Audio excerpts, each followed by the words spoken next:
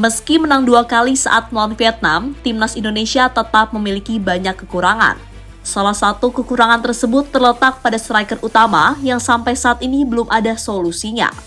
Kini menurut kabar yang beredar, PSSI dan Sinteyong telah menetapkan satu nama untuk dibujuk agar mau membela Indonesia. Nama yang dimaksud adalah Ole Roemeny, pemain yang saat ini membela FC Utrecht.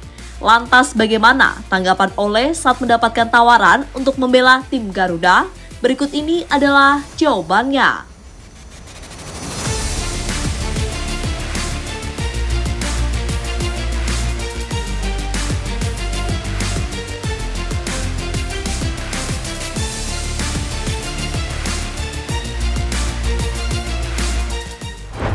Ya, dalam 2 pertandingan melawan Vietnam, Sinteyong selalu mengandalkan Hoki Caraka sebagai penyerang utama. Hasilnya, pemain PSS Sleman tersebut cuma berlarian dan jarang memberikan ancaman ke gawang Nguyen FC. Sebuah hal yang semakin membuktikan jika Indonesia membutuhkan penyerang haus gol yang selalu bisa diandalkan dalam setiap pertandingan. Untungnya harapan itu sempat muncul ketika Ramadan Sananta mencetak gol ke gawang Vietnam. Namun sayang, meski Sananta mencetak gol, dirinya tak akan dipilih Sinteyong sebagai pemain utama. Karena bagi Sinteyong, fisik Sananta masih belum bisa bermain selama 90 menit.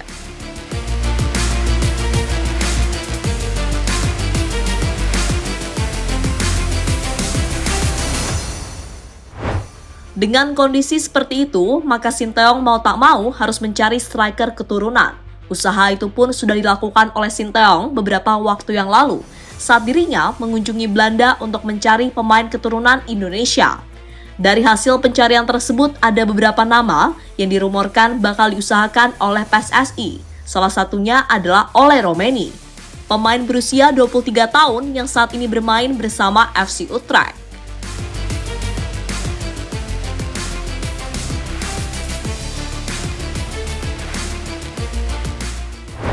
Untuk skillnya jangan diragukan. Pada musim ini, Ole Roemeny sering dimainkan oleh FC Utrecht sebagai pemain utama. Dia bisa bermain pada 3 posisi, yakni penyerang utama, winger kanan, dan winger kiri. Kelebihan pemain yang satu ini terletak pada kecepatan. Selain kecepatan, insting dalam mencetak golnya juga cukup baik. Hal itu sudah ditunjukkan oleh Roemeny di lapangan bersama tim yang dia bela.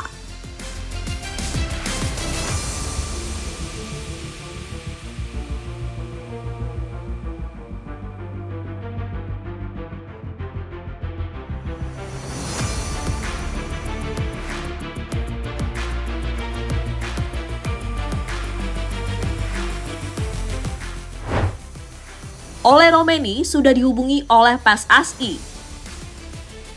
Ketertarikan Indonesia terhadap Ole Roemeny tampaknya bukanlah isapan jempol belaka. Buktinya beberapa waktu yang lalu, Roemeny mengaku jika dirinya sudah dikontak oleh ketua PSSI, yakni Erick Thohir. Jika seperti itu hampir dipastikan, Roemeny ditawari untuk membela timnas Indonesia.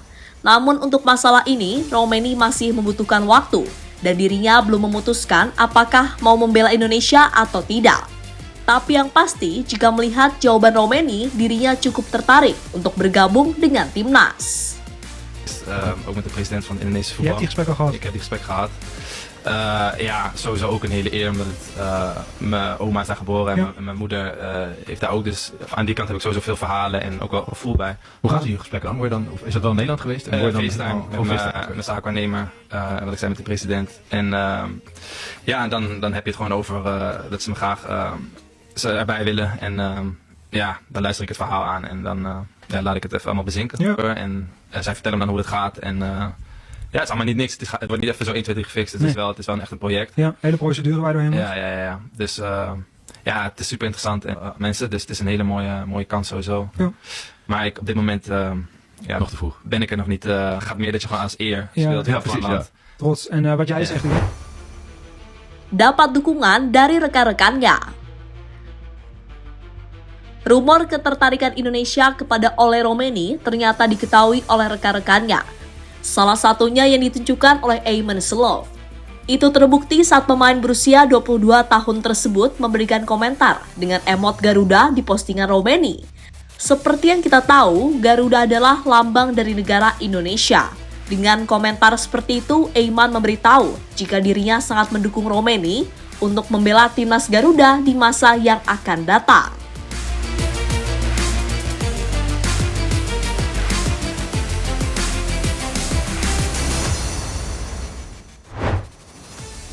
Dapat darah Indonesia dari neneknya.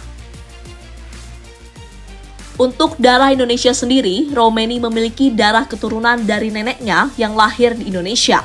Dengan begitu, dirinya sudah memenuhi syarat untuk menjalani proses naturalisasi bersama timnas Indonesia. Kini tinggal bagaimana langkah PSSI selanjutnya, apakah tetap memperjuangkan Romeni atau tidak, atau malah mencari pemain lagi yang lebih berpengalaman, sekaligus lebih gacor dibandingkan Romeni.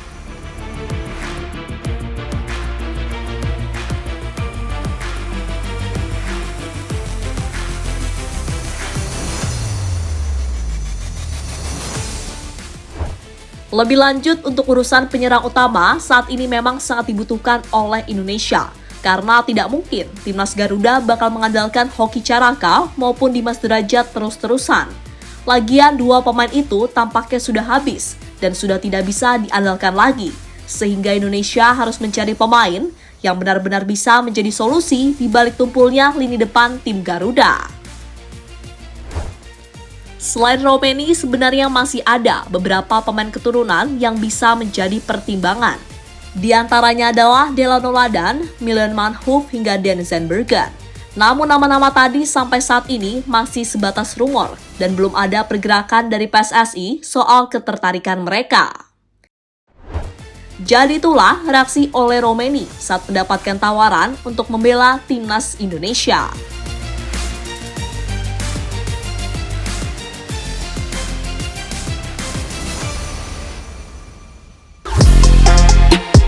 Halo, izin iklan sebentar ya guys. Jadikan ruangmu bernuansa timnas. Temukan beragam poster dinding, sepak bola dan timnas dengan desain menawan, kualitas premium dan harga yang tidak akan menguras kantong. Segera klik link Shopee di deskripsi video ini dan dukung timnas dengan sepenuh hati.